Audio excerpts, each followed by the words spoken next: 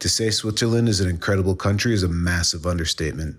This relatively small country punches way above its weight class with its unmatched Alps, magical and idyllic cities and towns, breathtaking lakes, world-class hiking and skiing, and cultural diversity with 4 distinct regions with different cultures and languages. My first stop was in Montreux. It's a beautiful traditional resort town right unlike Geneva in the French part of Switzerland that many prominent people called home, including Charlie Chaplin and Freddie Mercury. It's mostly known for its world-famous 2-week jazz festival, but also has great hiking in the surrounding areas and one of my favorite castles in Europe, Chillon.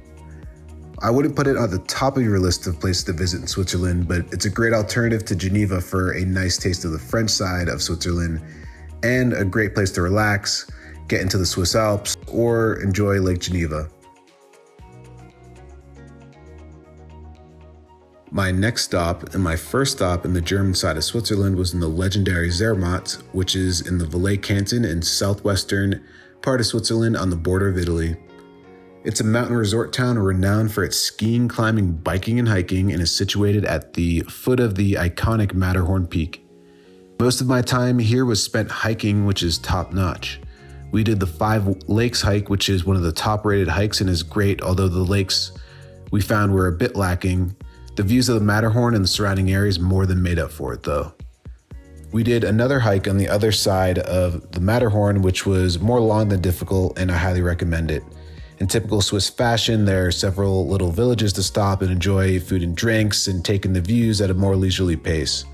I found the hiking trails were way less crowded than I expected, despite being there in early July and the town being pretty crowded. I consider Zermatt a must when visiting Switzerland, and I recommend spending at least a couple days here. Interlaken, which translates to between lakes, and as its name suggests, lies between the 2 absolutely gorgeous glacial lakes of Thun and Brienz, with the river Aire running right through it. It's a true gem of the Bernese Oberland. I've seen a lot of places, and Interlaken is the most beautiful town I've ever seen. Interlaken is one of the most popular and famous tourist destinations due to its pure beauty, but also from its great location as a great jumping off point for many famous attractions. Within the town itself is the Heiderkum Peak, where you can have a great panoramic view of the town and the 2 lakes. You can either take a gondola or hike up. It's very popular, so expect crowds. My favorite part of Interlaken was exploring the 2 lakes. We started off with Lake Thun and explored the town of the same name. The town actually seemed a bit off the beaten path, and I saw fewer tourists there. Thun was an unbelievably beautiful town with the Aire River roaring right down its center and its pretty castle nearby. I didn't find much reason to spend more than a couple hours there, but it's definitely a nice stop. On the opposite side, closer to Interlaken, is the Niederhorn viewpoint, which is less crowded than Heiderkum, but only has the view of Thun, which I don't consider a bad thing. We rode up in a gondola and took a scooter down, which is a lot of fun. Lake Brienz had a few more tourist destinations on it.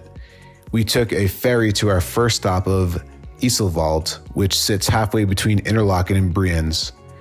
On the south side of the lake, it's just another beautiful town. It's another place where I'd spend a couple hours, and it's a great place to swim, relax, and take in the sights. We skipped over the Geisbach waterfalls and went straight to the town of Brienz, which was the biggest town on the lake other than Interlaken. Not to be a broken record, but another incredibly iconic and gorgeous town, and another one of the most beautiful places that I've ever seen. It's another nice place to walk and spend a few hours and just sit there and enjoy yourself. Interlaken is a must, and I recommend staying at least 2 full days. Now we head deeper into the magical and fascinating Jungfrau region, which feels like a fairy tale. I spent a total of 3 days there, but you can easily spend much more time. The region is one of Switzerland's most popular tourist destinations. My first stop was in the famed Grindelwald, named after the powerful wizard in Harry Potter. It's a great home base and one of the most popular mountain resorts in Switzerland, and is very touristic. It's famous for its beautiful scenery and surrounding mountains, a big variety of outdoor activities in all seasons, and also shopping. The main landmark in the area is the Jungfrau, which is the top of Europe. I was lucky enough to stay with my Swiss friends here who had a beautiful house right in town, and they gave me a great local's point of view. My next stop was the Lauenburg Valley, which is a gorgeous little town nestled in a valley between two cliffs with 72 thundering waterfalls for an added magical environment. It's another common place that people stay overnight and use as their home base, and has a much more tranquil environment than Grindelwald. From Lauterbrunnen, I explored a bunch of different beautiful mountain villages and towns using the incredible gondola and train system. My first stop was the Schildhorn, which is made famous by the James Bond movie On Her Majesty's Secret Service.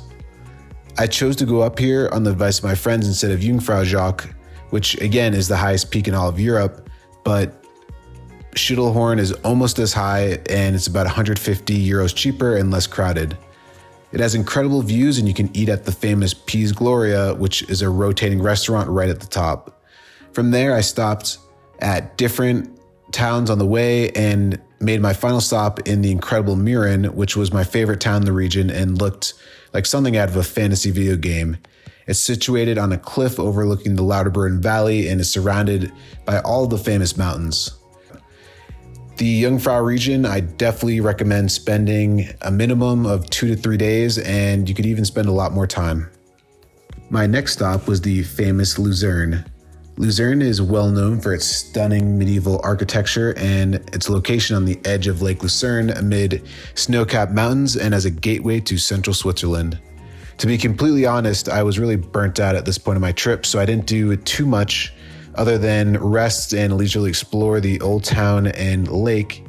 And the town is very nice and well worth spending at least a day exploring, and it has one of the oldest bridges in Europe called Chap Bridge and a bunch of other bridges that are pretty fun to cross. There are also a lot of day trips that you can take in the immediately surrounding areas by ferry or train, but I unfortunately didn't have time to check them out. My final stop in the German part of Switzerland was in the Appenzell region, which looked completely different from the other parts of the Swiss German areas that I visited, but just as beautiful with its rolling lime-green hills and farmlands. It's also known for its thousands of cows, famous cheese and beers, and great hiking. And it's also known for being one of the most traditional parts of Switzerland. I stayed in the town of Appenzell, which is the center town of the region. It's small but full of character and peaceful. I really enjoyed Appenzell and found it a great respite from the much more tourist-dominated areas of Switzerland, and it felt really off the beaten path. Right out of town is an incredible place to hike.